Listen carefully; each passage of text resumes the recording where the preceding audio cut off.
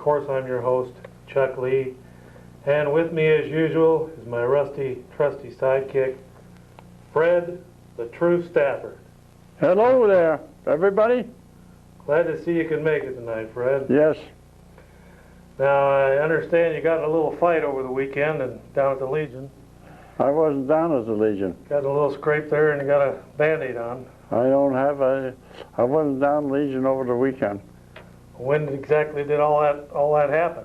Well, I went to see the dermatologist on Wednesday, and he took off a little, what do they call that? A little bit of your ear? No, well, they also did a little something there. But they took off the skin cancer. Well, they get it all in? Well, I hope so. It took a biopsy, too. Well, we're glad to see that you can make it tonight, Fred. And as usual, boy, oh boy, do we have a lot to talk about. Yes. If it ain't one thing, it's another. Right. And so, I suppose we should start talking about it.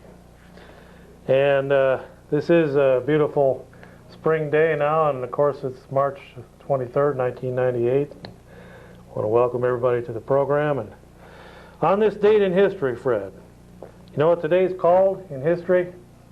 March 23rd, 23rd, Monday. You know what it stands for, though?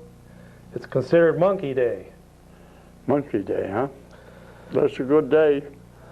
And an evolution law enacted this day in the great state of Tennessee in the year 1925 made it a crime for a teacher in any state-supported public school or college to teach any theory that contradicted the Bible's account of man's creation. Yes. Tennessee Governor Austin Peay said, "The very integrity of the Bible is in its statement of man's divine creation is denied by any theory that man descended or has ascended from any lower order of animals." Opponents planned to challenge the law, denouncing it as a violation of the constitutional principle of separation of church and state. Within 2 months, a Dayton, Tennessee high school science teacher, John T. Scopes, was indicted and later convicted in the famous monkey trial for teaching his students the theory of evolution, that man descended from a lower order of animals or monkeys. Scopes was fined $100. Defense attorney Clarence Darrow, Yes. stated that this was the first case of its kind since we stopped trying people for witchcraft. So there you have it, Fred. Yes. That law went into effect today in 1925. Right. All right, also on this date in history, Fred, let's see what happened. John G. Pearson invented or patented a rivet machine. Yes. Rivet at home with a handheld gizmo perfect for pocket or purse that lets you rivet buttons. 1794, John G. Pearson patented a rivet machine. Yes. All right, Freddie boy. So, what happened on this date in history over your house? I got a letter from Gary Bear, and it's working families, and it's about the 9 senators that are up on our federal level for re-election, including Mr. Feingold, Daniel Lainu, Carol Mosley Brown, Bob Graham, Barbara Boxer, Chris Dodd, Patty Murray, Ron Ryden, and Barbara Mikulski. They all ought to be defeated. What'd they do? Well, they support the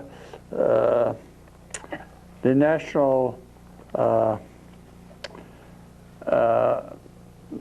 support homosexuality and the partial birth abortion. Huh. Well, that is a pretty... and he sent out a national opinion survey, which I filled out, and I got this. I'm going to send it back to him tomorrow. That's Gary Bauer's group, or what? Yes. What's the name of it?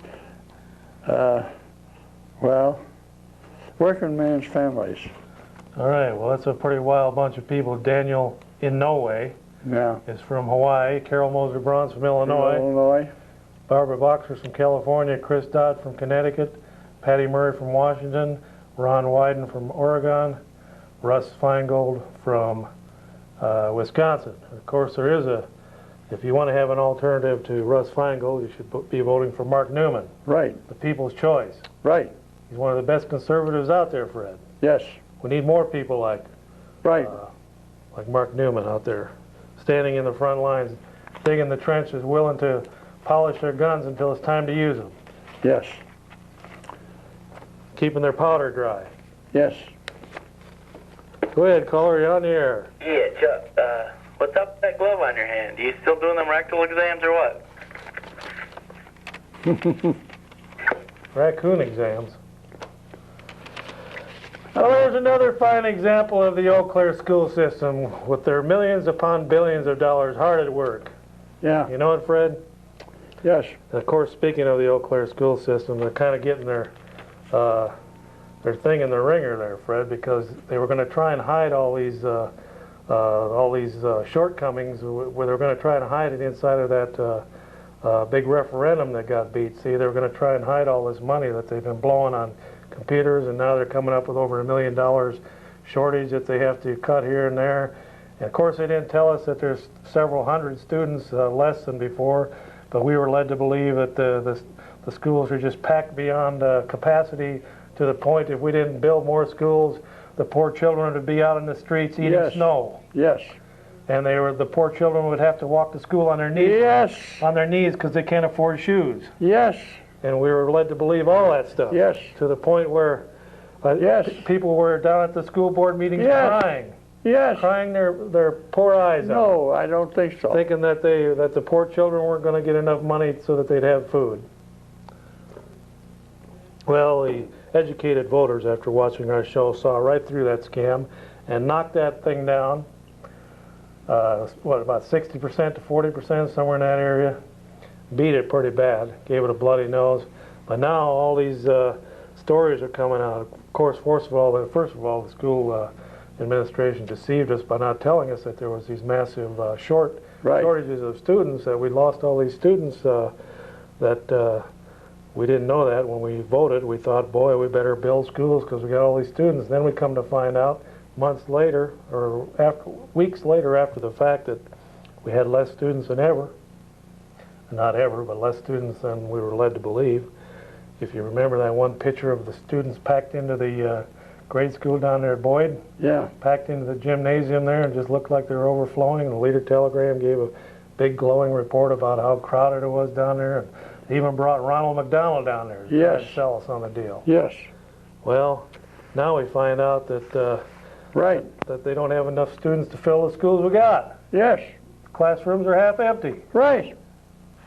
It's amazing. Yes. So now they got to cut $1 million somewhere. Yes. And no telling what they're going to have to do there. But well, we got to elect good people to the school board and good people to the city council. That won't happen. That's for sure. Well, go ahead, caller. You're on the air. Yeah, I like your special effects there. They'd be pretty neat if I was tripping or something. But I have a question about your ear there, Fred. Did you ever run in with Tyson or do a little Van Gogh thing? Or No, no, no. what's the deal with it? I saw the dermatologist on Wednesday, and he took some of my skin cancer off. Oh, I'm sorry to hear that. Hope you're doing all right there, buddy. I am. All right, keep up the good work. Okay. Thanks a lot. Thanks a lot there, caller. Okay, Fred, on this date in history, March 23rd, there's people who have their birthdays, you know. One of them was Eric Fromm, the psychoanalyst, 1900. Yes. And didn't he end up shooting himself or something? He psychoanalyzed himself to death. Yes. Of course, Werner von Braun, the developer of World War II, Germany's V-2 rocket that almost took out England. And he also came over to the United States after the Great Second World War and headed the U.S. Army's missile team. And he was one of the leaders of the early leaders of the American space program. Yes.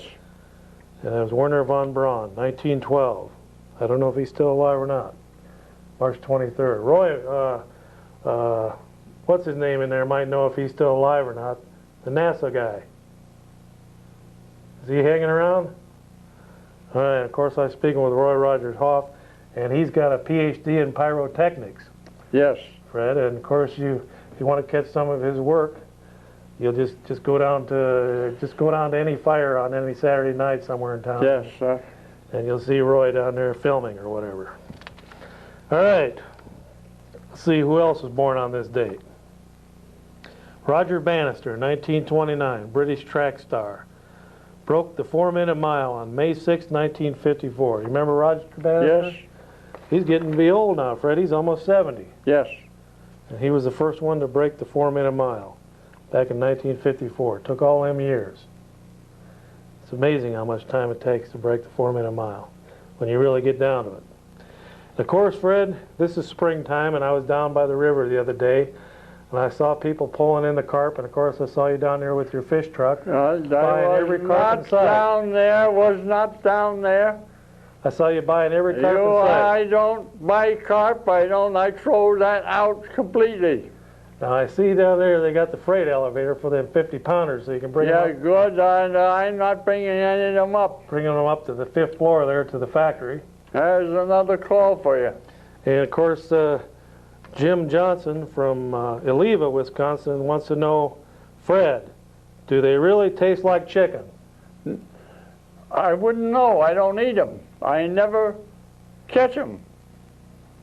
All right, well, I don't process them. I don't do any of these things you accuse me of. I saw the fish truck down there. You did not see any fish trucks down there. It said Fred's carp That's sausage not mine. tastes just like chicken. Not Blow mine it up at like all.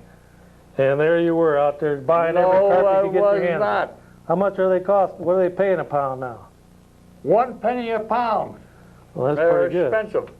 Let's see, 50-pounder, that's 50 cents. Yeah. All right. Okay, let's see, who else's birthday was today? Craig Breedlove, remember him? Born in 1938 on this date. Rocket car speedster, the first person to travel more than 400 miles an hour, more than 500 miles an hour, and more than 600 miles an hour on land Yes. in a vehicle. And of course, he did that on the Bonneville Salt Flats many, many years ago. I think somebody just recently broke that 600-mile record again there. Now, what do you got there from the... Well, I got a letter from Senator Bob Smith, and he's talking about the partial birth abortion in here, and that it could be defeated. They only need a couple of more votes, and it will be defeated. But Clinton would then have the opportunity to veto it. Of course, Clinton's vetoed it now, what, 2 or 3 times? Yeah. And our unextinguished senator from Wisconsin, Feingold, I think he voted Right. to keep that gruesome procedure legal Yes. at least twice, maybe 3 times. Yes. And that's unfortunate for the poor children that go through that procedure, Fred. And you think of anyone that should be wanting to get rid of that procedure, it'd be Russ Feingold. Now, if this goes before the Supreme Court, there's a chance that the Supreme Court will not support the partial birth abortion. Huh. Well, that's good. All right, we're going to take a call here in a minute, but one more person that was born on this date is Moses Malone, 1954, basketball NBA individual record for free throws. He's played with the Buffalo Braves, the Houston Rockets, Philadelphia 76ers, Washington Bullets, Atlanta Hawks, Milwaukee Bucks, and I think he's retired now, isn't he, Moses Malone? I don't know. I thought you kept up on all that basketball. I didn't. All right. Okay, go ahead, caller, you're on the air.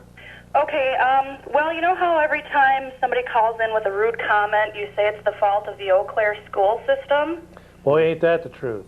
Well, I have something to say. What if these people that are calling in with all these rude comments are from somewhere else, other than Eau Claire? Because I went to Eau Claire North, and I feel like I had a great education. Must be that bunch from Eau Claire Memorial then. Well, where did No. you go to school? Well, see, we screen all of our calls, so we know they're from the Eau Claire school system. Oh, you do? Yes. Okay. So where did you go to school, though? Well, I certainly didn't go to the Eau Claire school system. Okay. You can tell by my superior intelligence. Okay. Well, still then, if you guys, think that the Eau Claire school system is so bad, then how come you guys can't come up with anything better to talk about on the show but reading the newspaper?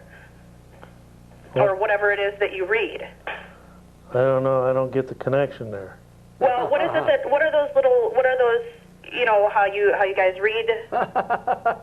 You know what I'm talking about? Yeah, I learned how to read back in grade school. You're an ass. Okay there. Well, Freddie boy, there's another fine example of the Eau Claire school system. Just like I said, they never learned proper English, Fred. Yeah. I don't remember them teaching swearing in the high school system. Did you?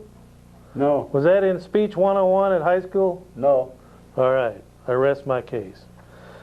Okay, Freddie boy, let's see what happened on this date. Here's some music that was popular. Now, you ought to remember some of this, Fred.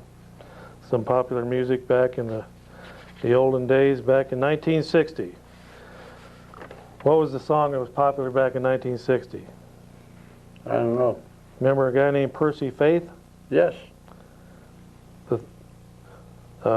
Song called A Summer Place?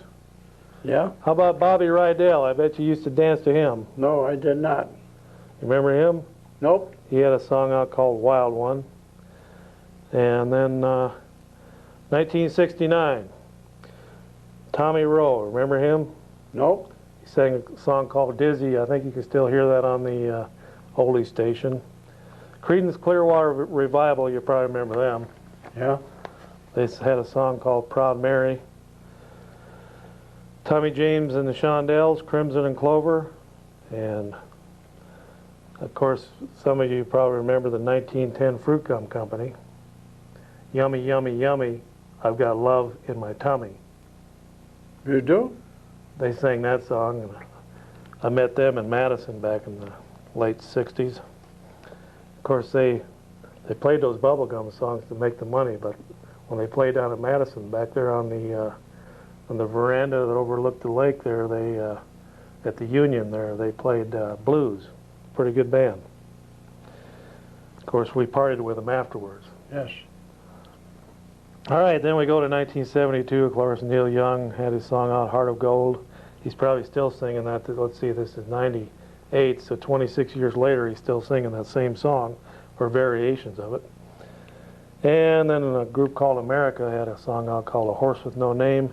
Then we jump to 1982, and we have Charlie Pride, Mountain of Love, Air Supply, Sweet Dreams, Journey, Open Arms, and Joan Jett and the Blackhearts, I Love Rock and Roll. All right, Fred, so that's what happened on this date in history. Yes. Now, what do you got there? Puerto Rican votes shows GOP leaders out of touch with party. And that's from by Samuel Francis in the Wanderer, a Catholic newspaper from St. Paul. Huh. That's where it's from. Yes. Puerto Rico votes show GOP leaders out of touch with party. They Well- probably vote. You know, most of the people down in Puerto Rico are on welfare. And this would be for statehood. Well, there's a bigger story to it than that, Fred. Yeah. When a state becomes a member of the United States, or part of the Union, they also receive 2 U.S. senators and at Right. least 1 congressman for every 500,000 voters. Yeah, and So or not every 500,000 voters, but 500,000 population. So go figure. That's 2 more Democratic U.S. senators, and maybe 1 or 2, or 2 more Democratic ones, yeah. and maybe 2 or 3 more Democratic congressmen. That could tip the balance in favor of the Demo-rats. Right. All right, go ahead, caller. You're on the air. Yeah, Chuck, I just wanted to give the old Memorial High School anthem.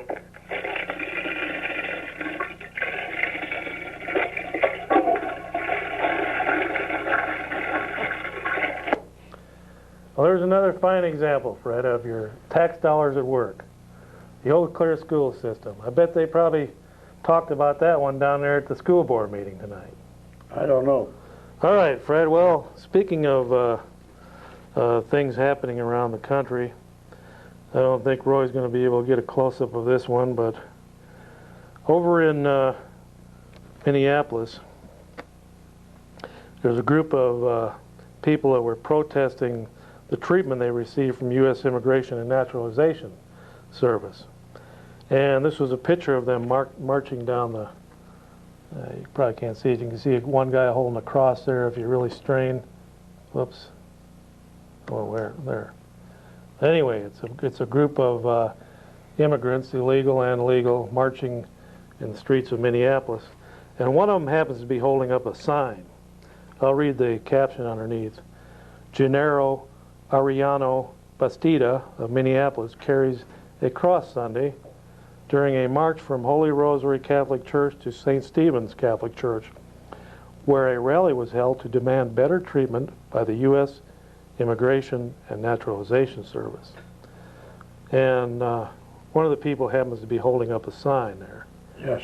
And Roy, you're messing up the, you're going to mess up the system there. So we'll just, if you mess with that camera, you're going to mess up the system.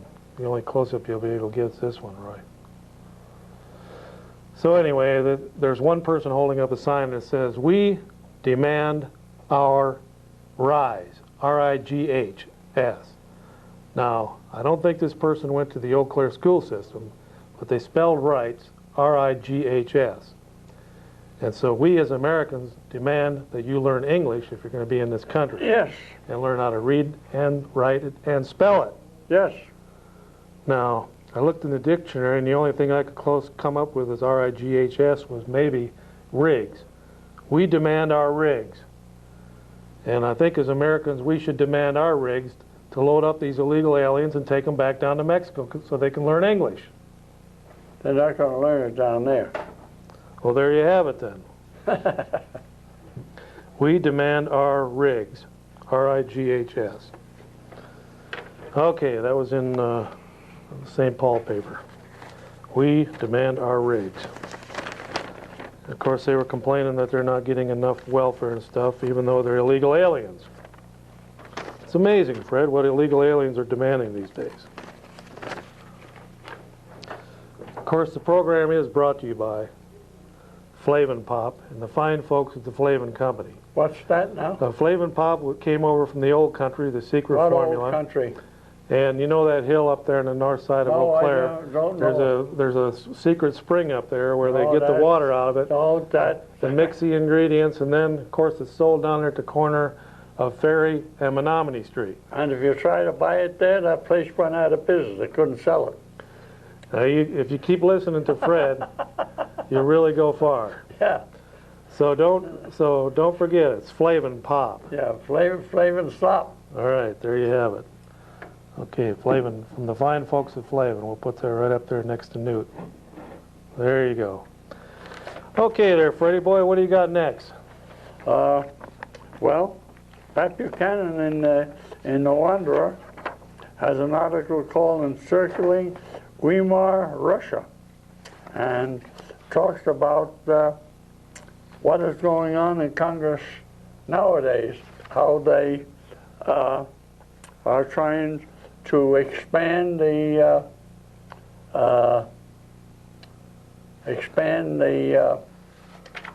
NATO, taking Latvia in, and as well as Lithuania? yeah, and also taking in Poland and whatnot. And what do they want to do about it? Well, he's telling what's going on, how it was set up to do this. And what's the bottom line? Well, we don't need some of this change. Okay, well, in the meantime, while we're waiting to hear the final story there, we'll go to the next call. Go ahead, caller, you're on the air. Hi, Chuck. Hello. I watch the call report and the Common Man all the time, and we have some friends that live out of the area that used to live in Eau Claire, and we're wondering, is there any way we can get tapes of these shows to send to them?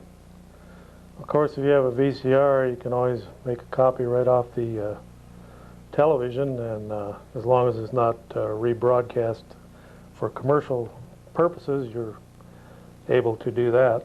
You don't have tapes that you have already from each show? Well, I've got tapes going back over 10 years, but it's kind of doing about 30 shows a year. That's about 300 different programs. So, is there any one in particular? Oh, like tonight. You don't have your VCR on, huh? Oh, I don't. Well, what we'll have to do, I don't know how we can do this, but we'd have to get your name off camera, so we don't let anyone know who you are, and we could probably arrange to get you one. Okay. So you might have to call back again at 10 o'clock. Okay. Because I think there's 2 or 3 more people in line to get on, so you might not be able to get back on the phone right away. Okay. But we'll make some kind of arrangements. All right. All right, thank you very much. Thanks. Okay, Freddie boy. Yes. Well, you know, when the big scare was going on over there in Iraq again, where it came to the point where we could possibly have another war over there. Be involved, huh? Of course, when Clinton was, the heat was really on Clinton there, and he needed to get a diversion, so people were looking to something else there instead of all the girls he was chasing around the White House. They decided that they were going to give all of the military a great big shot of anthrax. Yes. Of course, there's probably some kind of dead or partially dead anthrax germ, so that when they did get over there in the Middle East into the war, if Hussein used the anthrax bomb, they'd be able to survive it and continue to fight. Yes. Of course, there's nothing like telling the enemy what you're going to do ahead of time. Yes. So now all he has to do is do a variation to where he wouldn't use anthrax. Just mix up some other concoction that won't be covered, so that all of our troops would be exposed to some other concoction. Now, back in the first go-around there, back in Desert Storm, something like 600,000 troops were given a shot of something called pyridostigmine bromide, or PB, and this was without their consent. And quite a few veterans now have complained of having illnesses from taking that PB shot. Yes. Without their consent. They're complaining of all kinds of illnesses that could possibly be associated with that. And so we could be going into another big health problem here, Fred, by giving them a great big dose of this anthrax. I'm sure when you give over 1 million people or 600,000 a shot of this anthrax, it's just like a polio shot or anything else. There's going to be a few of them that actually come down with the anthrax, just like there's a few of them that come down with polio when you get a polio shot. Yes. So it's kind of like playing Russian roulette there, Freddie. Somebody's going to get an anthrax poisoning out of the deal. Okay, go ahead, caller. You're on the air. Yeah, I was down at the Inflation Fighter the other day. A couple of the guys down there told me you got caught selling clothes. What's the Inflation Fighter there, Fred? That's a bar on the corner of Barstow Street across the post office. Huh. Barstow. It's a bar. I thought it was a retail or wholesale sales outfit there. Yes, it is. They retail liquor. All right, Fred. Well, I had something in the latest issue of Howard Phillips' Issues and Strategy Bulletin. It talks about the Puerto Rican statehood there. Yes. And I don't have to go into it, but it's probably not going to be a good deal. All right, what do you got there next, Fred, before we take our next call? The Clinton haters, and this is from Washington Watch, Joseph Sobrant article in the Wanderer.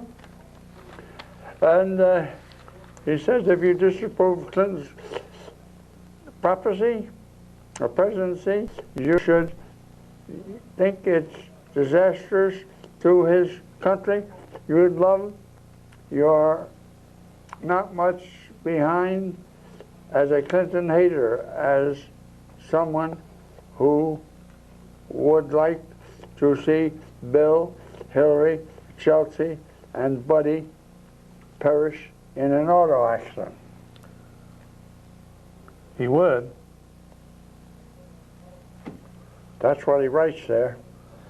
Well, you know, Clinton probably doesn't even know how to drive. He's been pretty much in political office since about 1980. Yes. Most of his adult life, and he's been chauffeured around. Just like George Bush, he didn't hardly know how to drive when he got out of office. And so those guys, you probably wouldn't find them in a car driving around anyway, Fred. Well, they could be riding in a car, somebody else driving them around. All right, well, Fred, back in 1858 on this date, Eleazar A. Gardner of Philadelphia received 2 special awards on March 23rd. The first award he received was for having the courage to stick to the name Eleazar, and the second award was for patenting the cable streetcar. Now, that's not the cable car that made San Francisco famous, but the streetcar that even today runs on overhead cables in some cities like Philadelphia. Yes. So I guess there was 2 different ones, but that was back in 1858. All right, there. I think we got another call there on line 1 there, according to Roy out there in the technical booth. So we better take it now. Go ahead, caller. You're on the air. Yeah, I was wondering if you're still on probation from the drug bust. Fred, are you still on probation from the drug bust? No, All right, just checking. I think that was addressed to you. You guy doesn't know what he's talking about. It's another fine example of the Eau Claire school system gone awry. All right, Fred, I got a thing here, a wanted poster. It says the 10 most wanted people for preventing the American people from finding out the truth about the campaign finance scandals and their possible roles in them. And it lists quite a few U.S. senators. I'll give you a quick example of a few of them. Senator Torricelli. Now, you ever heard of him, Fred? I've heard of him. Well, here's one Is he here. from Jersey? How about this one here? Senator John Glenn. Of course, he's conveniently retiring. Yes. He's getting ready to go up in space. Yes, he's been he's been up in space for quite a few years.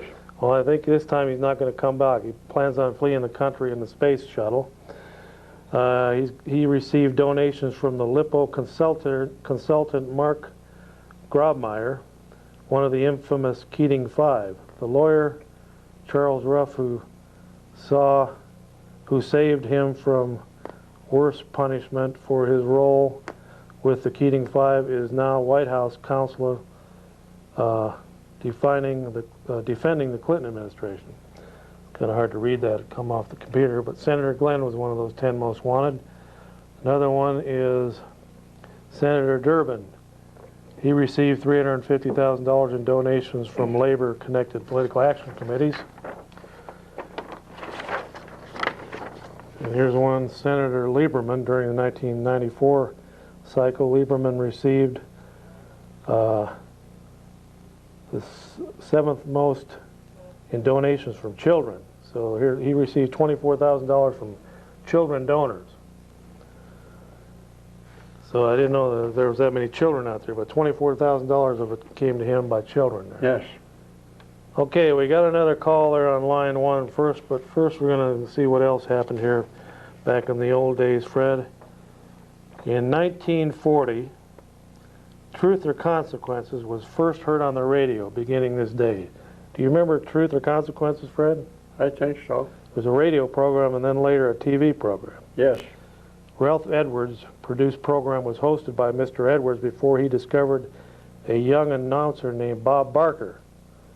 Barker also was the show's host on television more than a decade later. The radio show was originally heard on only 4 CBS stations.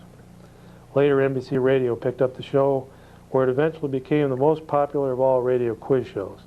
And of course, Bob Barker later on became famous on that other daytime Yes. quiz show. What was that? Price is Right. I think he's still on that in syndication. Yes, I saw him today. And then there was another one back in 1950 called Beat the Clock. Remember that one, Fred? No. Starring a radio's original Superman, Bud Collyer. Premiered on CBS TV. A lady named Roxanne was Collier's assistant from 1950 to 55. Beverly Bentley was the clock beater's assistant from 55 through the last show on February of 1958. It was another one of those Mark Goodson and Bill Todman productions. Of course, they had quite a few quiz shows on TV that were famous. And then 1965, astronaut John Young became the first man to eat a corned beef sandwich in outer space. He did. Yep, on this date. Go ahead, caller, you're on the air. Yeah, my question's for Fred. Yes. Are you there? Yeah, I'm here. Yeah, where you been hiding out at? We haven't seen you on the call report in a while. I'm usually on it.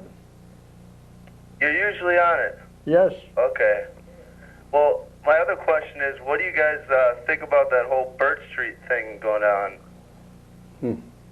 Oh, the fight up there or what? Yeah, the fight. You know, they're duking it out. Well, I think Tyson will win 10 to 12 rounds. No, I don't think Bridge Streets should be, they should take away the additional land. Of course, that's been in the works for many, many years, Fred, that Birch Street. I know that, and that they get more traffic if they do that than they have now. Of course, I guess the south side of the street's going to lose more than the north side, but actually that's a heavily traveled street. I remember back, this is probably 93 or 94, last time they resurfaced Birch Street. There was glowing reports in the Leader Telegraph, but the great job that the paving company did, and they actually did it in record time, and they got the job done and didn't go over budget. And now go up there and drive around on Birch Street just 4 or 5 years later. Yes. Those same old potholes and everything are right back there again, Fred. Yes. So I wonder what they're saying about that paving company now.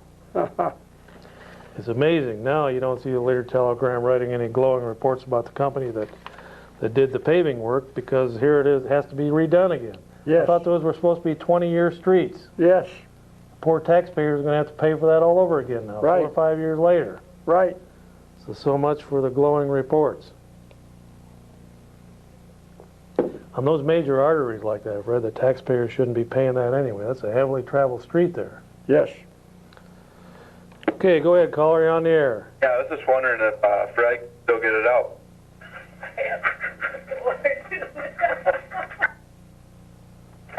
What's that?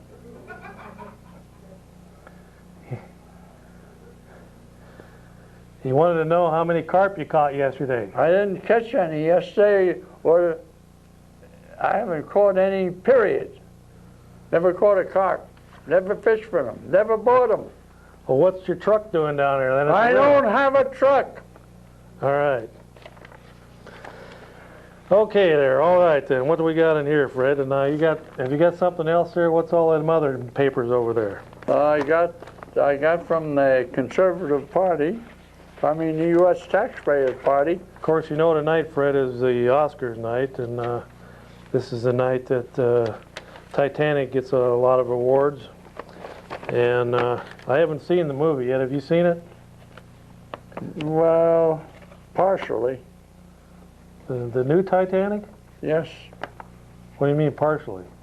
Well, I saw some guy who had made it and telling how it was made and all the things that was in it, All right. what they brought up from down below.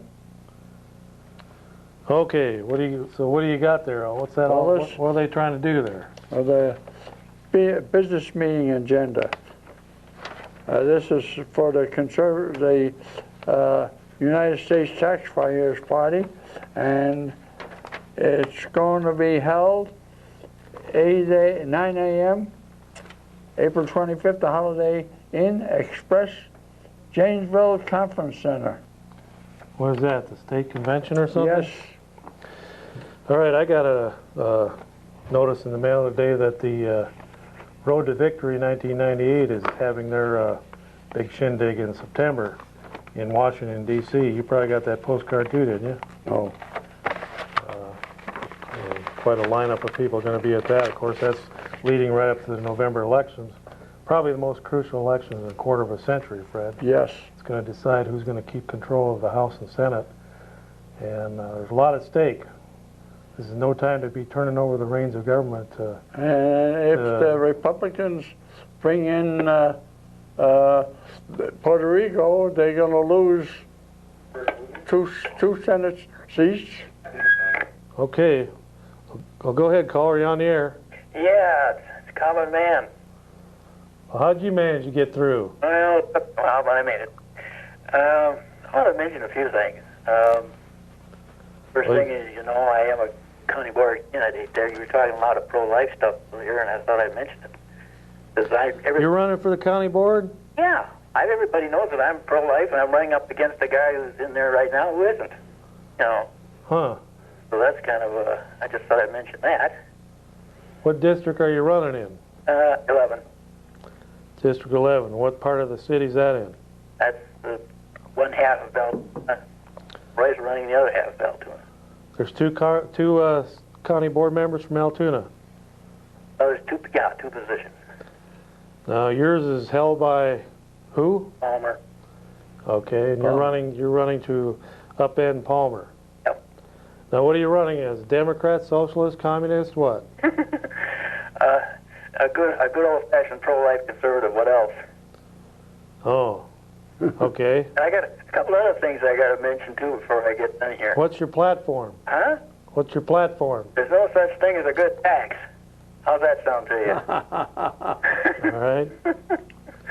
Now the thing of it is I got a couple little things there. This is a little when you're doing some of your trivia there. It's talking about 1910 fruit gum company making something called a Yummy Yummy Yummy. Now that's wrong. They never made that record. It was made by a band called Ohio Express. Probably the reason why you mixed it up, they both made their records on the same label. They did. Yep. Was that Buddha Records? Yeah. All right. Fruit gum company wasn't too bad. Most of their I do that because I knew you were going to call in. Then I gotta mention something about the Birch Street deal because before I live where I am now, I used to live over there not too far from the Star and Birch intersection. And I'll tell you, I don't know. If they want, I'm not saying they got to widen the road, but I can tell you right now, you're trying to make the left turn out on that road is impossible unless you go to the Star and Birch traffic lights. Huh. It was even worse. So when is this election anyway? It was even worse when the Union Oil was going. Well, let's see, when is it? April 8th? April 7th. It's April 7th. And you're running, and of course, I suppose you want people to vote for you. I certainly hope so. When's Roy's election over there? Same day? Yeah. All right. And he's running for county board too then, huh? Oh, yeah. Okay, well. He's a good man. Fred, take care of yourself there. Right. Somebody's got to keep Chuck in line. Yes. Now, is it you or is it Roy that's for this racetrack deal? Huh? Is that you or Roy that's for this racetrack deal over there? Well, I don't know. He'd probably like to see it too, but I don't know. I'm beginning to think it's not going to happen. Well, I'm telling you, there ain't enough room in downtown Altoona to be having any racetrack. Well, That's enough of that stuff. He was just on for an hour and he's trying to hog this show. Yes. Of course, Roy there, my pyrotechnical engineer, Roy Rogers Hoff, he's running for county board from the other district in Altoona. And we're going to see if we can try and get him on the next program there so he can tell us what platform he's running on. Yes. And get on Barry and the other two guys who are running for county board that are opposing the ones that have the seats now.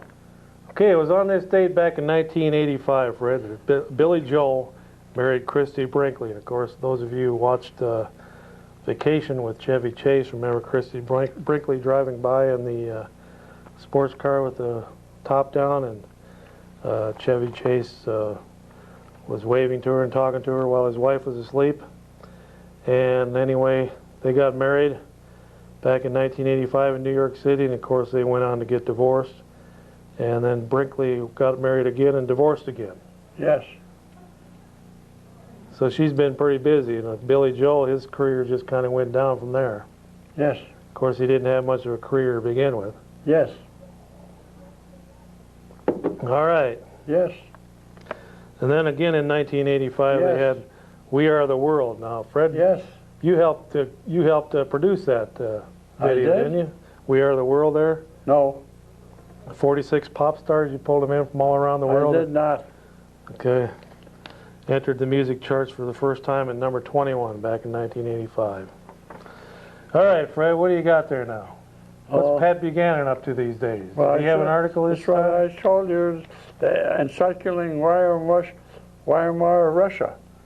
That's in... Well, I'll tell you, Russia's kind of in a free fall there. Of course, when other countries like England or something dissolve their parliament, we don't get nervous, but when somebody like Boris Yeltsin fires everybody in his administration, then we get a little nervous, because Yeltsin's kind of he's been known to drink one too many there, and he's had a lot of illnesses with his heart and Yes. respiratory problems, and we don't know what he's up to next. Of course, he's got his finger on the nuclear button, the second most powerful nation in the world, and he's got a lot of nuclear weapons that all they have to do is they're supposedly not pointed right at us now, but it takes about 3 seconds to point them from the ocean to the United States like that, and they'd be right back on us. It takes maybe as much as 5 minutes to change them. Okay, so that'll give us 5 more minutes to get to our Yes. bomb shelters.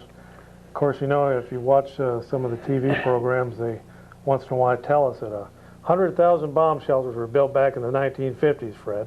Yes. Of course, the Soviet Union and Russia, they've been on a bomb shelter building craze ever since the 1950s. They never quit. I guess over half their population now would be able to get into bomb shelters and be spared from a nuclear attack, whereas in this country, most people today, if you ask them where the nearest bomb shelter is, they couldn't tell you. Remember those signs they used to have on all the buildings where you could go down into the bomb shelters? No. In downtown parts of the Nope. downtown? They had the nuclear sign on the side of the buildings. I never saw any. Oh, they had them in all over the place. Every big city in the saw country. one that I remember.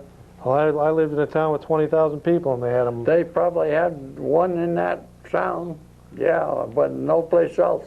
All right. Go ahead, caller. You're on the air. Yeah, great show. Just love it. I was wondering what your favorite movie is all time. My favorite movie of all time on my short list would probably be Raging Bull with Robert De Niro. Oh, yeah, interesting. And let's see, what else? I haven't, probably another one would be A Bronx Tale with Robert De Niro. And another one with Leonardo DiCaprio and Robert De Niro would be This Boy's Life. That was a good movie, too. As far as really old movies, some of the old W.C. Fields movies were good ones. And some of the older Laurel and Hardy movies. How about you, Fred? What's a movie that you liked? Well, I really didn't watch too many movies, to be very frank with you. How about Gone with the Wind or any of them? I didn't care for Gone with the Wind. All right, I know I was talking to Betty the other night. She liked that. She liked Gone with the Wind. Yes, I know she did. Well, now that you got a video player, you're going to catch up on some of them movies. You can get them 2 for 50 cents, 2 for $1 down there. No, I don't. I doubt it. Okay, well, what's your favorite movie, caller? Probably Pink Flamingos. Have you ever seen that? Yes, I think I saw that once. You like it? The guy named Divine was in it. Yeah, that's the one. That's Yeah. great, huh? I think the guy died of AIDS later on. I don't know about that. I think he was obese. No, he died of AIDS. He was a homo. Oh. Well, I have another question. Could you pick up each one of your trinkets and tell me the significance of each one? Which where? No, like all of them. Just one by one? Like Well, the we head have- and the pictures and the cows and stuff? Well, these ones here, like these little cows that people have donated to the program. There's one on each side, and I have another one that I didn't put out tonight. And let's see, what else here? These are just to get in the Christmas spirit here. This here is Common Man's head here that he loaned. I don't know how. Of course, the guy that was on the phone, there was a kind of a ventriloquist type of thing there, because this is the original Common Man's head that we had stuffed back in 1973. Doesn't look very common. After the Six-Day War in Israel. And, of course, Common was, he conveniently loaned his head to us, and it's been on display ever since. And let's see what else. This is a picture of Mark Newman, the next U.S. Senator from Wisconsin. Let's see there. What else, Freddie boy? This is a bottle of Flavin Pop, the fine folks at Flavin who sponsor this program and have given us thousands of dollars over the year to keep the program on the air. Yeah, well, I don't know. You can't buy it anywhere. Well, somebody must be buying it, Fred. Nobody's buying it because they can't sell it. Why can't they? Nobody will buy it. Oh. Okay. Well, we better take another call in there, Fred. But first of all, on this date in history, 1908, March 23rd, Joan Crawford was born as Lucille LeSueur. 23 she was born? 1908. Oh, 1908. Yeah. And she was, of course, an Academy Award-winning actress. She was a good actress. And she was in some movies later on that some of the younger people might remember. Whatever Happened to Baby Jane with, who else was in that? Betty Davis and Joan Crawford were in that movie together. Yes. All right. And Fred, now you ought to remember this. This is just like yesterday, and of course this is back when you were a young man. Back in 1869, who was the vice president? Teddy Roosevelt? Well, this is under Ulysses S. Grant. Ulysses S. Grant's vice president. Born in 1823, and then he was vice president in 1869 through 1873. I don't know. Who was the famous pitcher from the Los Angeles Dodgers? Sandy Koufax. Sandy, well, this was Schuyler Colfax. He was the vice president back in 1869 through 1873. Right. With Ulysses S. Grant.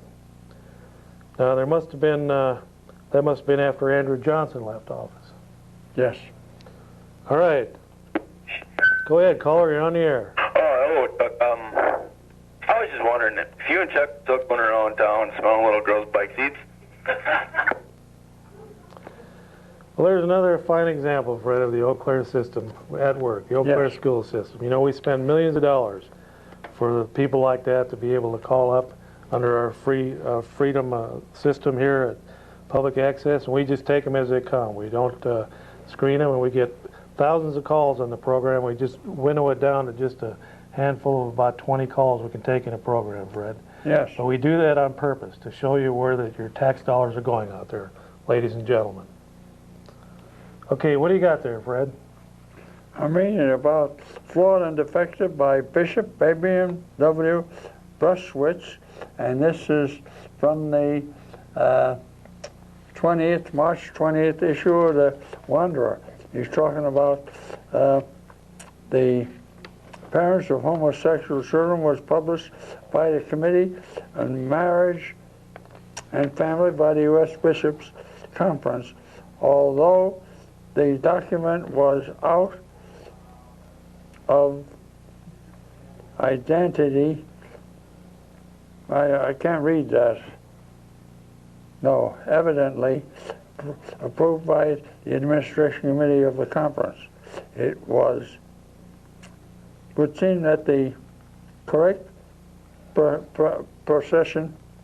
procedures are outlined and the council rules were followed. That's amazing. Go ahead, caller, you're on the air. I got just a couple comments. I like that screen in the back there. It's kind of tripping me out, though, is the only thing. Yeah. Kind of flash like that. Another question, Chuck. What's the deal with that glove this week on that one hand? Looks a lot like Michael Jackson to me. It does. Yeah. Do you molest children like him, too? I don't know. Are you? Who's asking? The little girl. This little boy sitting beside me, he wants to know if he'll touch his genitalia. Okay there, Fred. There's another fine example of the school system at work. All right. I had something here, Fred, under Al Gore back in this according to the Howard Phillips Issues and Strategy Bulletin, February 28, 1998. Gore encouraged immigrant voter fraud. In April of 1995, Vice President Al Gore named Citizenship USA as one of the key components of his program to reinvent government. Citizenship USA was a program designed by the Clinton administration to naturalize 1.3 million immigrants in 1996, almost triple the previous record set in 1995. Under the Vice President's National Performance Review Office, 1,049,000 immigrants were naturalized under Citizenship USA in disregard of normal procedures and legal standards in order to obtain an electoral advantage for the Democratic Party in the November 1996 elections. So those guys will stoop to whatever lows they have to, Fred. I know it. To try and elect a few people. You know, it's been said that I think that if 12,000 votes would have went the other way, the Congress would have went to the Democrats. That's how close those 96 elections were in some of those key districts. Go ahead, caller, you're on the air. Yeah, Chuck, what's that brown spot on your glove? Is that somebody... Okay there, Freddie boy. What do you got there? We still got another 25 minutes. Oh, go ahead. You got something there, haven't you? All right, Baltimore Orioles manager in 1987, on this date, Cal Ripken Sr. cut one of the birds from the nest this day. His own son, Cal Ripken Jr., was sent down to the minors for a short stay before returning to capture the most consecutive games played honor in 1995, passing the Ironman Lou Gehrig, a New York Yankee legend. Now, Fred, you were from New York City. Yes. Now, do you recall Lou Gehrig? You bet I do. Did you ever go out and watch him play? Yes. Well, he was quite the Iron Man, and then all of a sudden he got sick. What happened? Well, he got a muscular disorder, and he had to quit. Okay, Fred, what was it like back there in the Depression days back in New York City, back in the 30s? Well, I can tell you that we had a depression until about 1940, and after 40 it started to pick up. Because we went into war, right? Yes. Well, what was it like running the streets of New York? What part of New York City were you in? I was in Queens County. All right. Was it pretty rough there? No. Have you checked back to see what it's like now? I've been told that things have changed quite a bit there. It's a little tougher now, huh? Growing up. A lot of blacks in some of the areas there. Well, there's nothing wrong with being black. It just depends on what the crime rate is. And yeah, but they went out to Jackson Heights and other places to commit their crimes, and some did it in that area too. So, Fred, what was it like growing up when the communists were spreading their tentacles all over New York City? Do you remember getting into any tussles with the Communist Party? Yes, I do. I can remember, especially after the war, when the communists had elected for the 5 councilmen in New York City, and from the 5 boroughs. Yes, or? From the 5 boroughs, and the veterans went out to support the picture exposing communism, and the communists came out too. We were going to have a knockdown and drag out fight, but that was averted. What, do each side have axe handles or what? Police kept us separated. Okay. So you met the enemy firsthand there, right in the streets of New York, huh? Yes. Go ahead, caller, you're on the air. Yeah, I was wondering, what is your opinion of Gordy's IJ trying to buy that historical landmark to make it into a shopping center? Well, Fred and I were talking about that before the show started. What do you think about that, Fred? I wonder. I don't think it's a good idea.